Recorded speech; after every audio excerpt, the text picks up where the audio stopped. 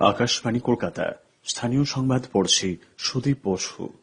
ভারতে করোনা প্রতিরোধী টিকাকরণের জন্য দুটি ভ্যাকসিনকে অনুমোদন দিয়েছে ঔষধ নিয়ন্ত্রণ কর্তৃপক্ষ ডিসিজিআই। অক্সফোর্ড অ্যাস্ট্রাজেনেকা ও ভারতে সিরাম ইনস্টিটিউটের তৈরি কোভিশিল্ড এবং ভারত বায়োটেক আইসিএমআর এর কোভ্যাক্সিনকে জরুরি ব্যবহারের ছাড়পত্র দেওয়া হয়েছে। সেই সঙ্গে ক্যাডিলা হেলথ কেয়ারের তৈরি জাইকোভ ভি ভ্যাকসিনের তৃতীয় পর্যায়ের ক্লিনিক্যাল ট্রায়ালেরও অনুমোদন দিয়েছে DCGI. Be administered in 2 doses. All the 3 vaccines have to be stored at 2 to 8 degrees centigrade.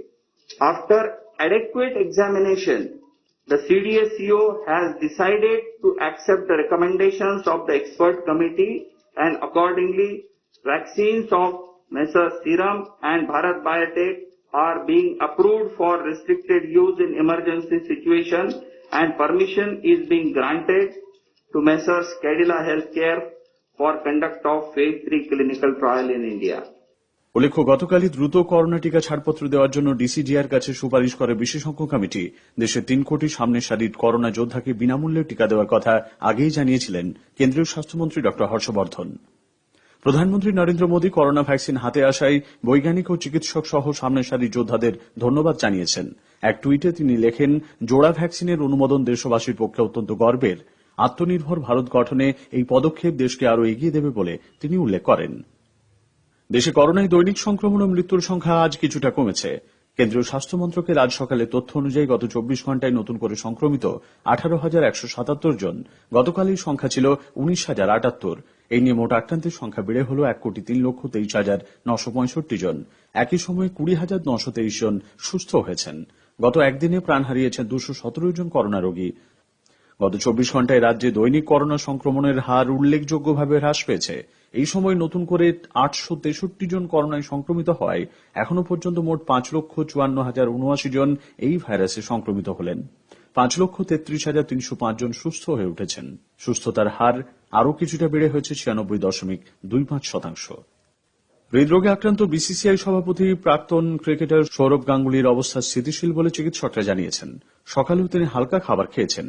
পরিবারের লোকজনদের সঙ্গেও কথা বলেছেন তিনি। পরবর্তী চিকিৎসার জন্য বিশেষজ্ঞদের পরামর্শ নেওয়া হচ্ছে। আজ হাসপাতালে সৌরভকে দেখতে যান শিলিগুড়ি পুর নিগমের প্রশাসক মণ্ডলীর চেয়ারম্যান বিধায়ক অশোক ভট্টাচার্য। বিজেপি নেতা শুভেন্দু অধিকারী আজ ঝাড়গ্রামে বেলিয়া বেড়াতে দলের যোগদান মেলায় অংশ নিচ্ছেন। রাজ্য বিজেপি সভাপতি সাংসদ দিলীপ ঘোষ সেখানে উপস্থিত আছেন বলে জানা গেছে। বেশ কিছু জেলা তৃণমূল নেতাকর্মী আজ বিজেপিতে যোগ দেবেন। এদিকে পশ্চিম মেদিনীপুরের খড়গপুর লোকাল থানার মাক্কাতপুরে আজ বিকেলে আপনার মতামত বিজেপির ঘোষণাপত্র শীর্ষক এক কর্মসূচির সূচনা করবেন মেদিনীপুরের সাংসদ তথা বিজেপির রাজ্য সভাপতি দিলীপ ঘোষ। বিধানসভা নির্বাচনের আগে রাজ্যে দলের সংগঠনকে মজবুত করতে মিমের সভাপতি আসাদউদ্দিন ওয়েসি আজ ফুরফুরা শরীফে পীরজাদা আব্বাস সিদ্দিকীর বাড়িতে যান। গত মাসে এ রাজ্যের 4 জেলা থেকে অন্তত 24 জন সংখ্যালঘু নেতা হায়দ্রাবাদে গিয়ে মিম সভাপতির সঙ্গে সাক্ষাৎ করেছিলেন। পীরজাদা আব্বাস সিদ্দিকীর সঙ্গে বেশ কিছুক্ষণ কথাবার্তাও হয় আসাদউদ্দিন ওয়েসির। রাজ্যের পুর নগরোন্নয়ন মন্ত্রী ফিরহাদ হাকিম আজ মুর্শিদাবাদের জিয়াগঞ্জে বেশ কয়েকটি প্রকল্পের উদ্বোধন ও শিলান্যাস করবেন। এরপর বিকেলে বড় আঁই একটি জনসভায় তিনি অংশ নেবেন। তার সঙ্গে রয়েছেন সদ্য তৃণমূল কংগ্রেসে যোগ দেওয়া বিজেপি সাংসদ সৌমিত্র খাঁর স্ত্রী সুজাতা মণ্ডল খাঁ। উত্তর 24 পরগনার বাগুইআটিতে ভাড়া বাড়ির তালা ভেঙে এক তরুণীর পচাগলা দেহ পুলিশ উদ্ধার করেছে। সুইটি কল নামে ওই তরুণী পানশালায় নৃত্যশিল্পীর কাজ করতেন বলে জানা গেছে। স্বামী স্ত্রীর পরিচয় দিয়ে ওই বাড়ি ভাড়া নেওয়া হয়েছিল বলে স্থানীয়রা জানিয়েছেন। পুলিশ সুইটির পুরুষ সঙ্গী খড়দার বাসিন্দা সৌরভ চক্রবর্তীর খোঁজ করছে। দুর্গন্ধ পেয়ে স্থানীয়রা পুলিশে খবর দেয়। দেহটি ময়না তদন্তের জন্য পাঠানো হয়েছে। পুলিশ ঘটনার তদন্ত শুরু করেছে। নদিয়ার ধুবুলিয়া থানায় ঝিটকে পোতায় স্ত্রীকে খুন করে স্বামীর আত্মঘাতী হওয়ার ঘটনায় চাঞ্চল্য ছড়িয়েছে।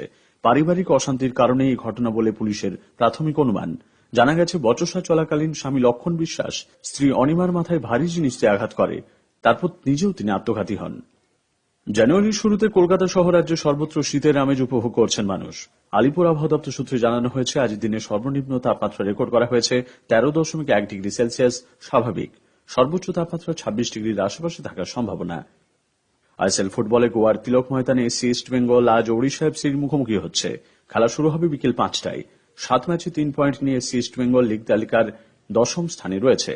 অন্য ম্যাচে সন্ধে 7:30টায় ফতুল্লা স্টেডিয়ামে এটিকে মোহনবাগান নর্থ ইস্ট ইউনাইটেড এফসির মুখোমুখি হবে। স্থানীয় সংবাদ শেষ হল।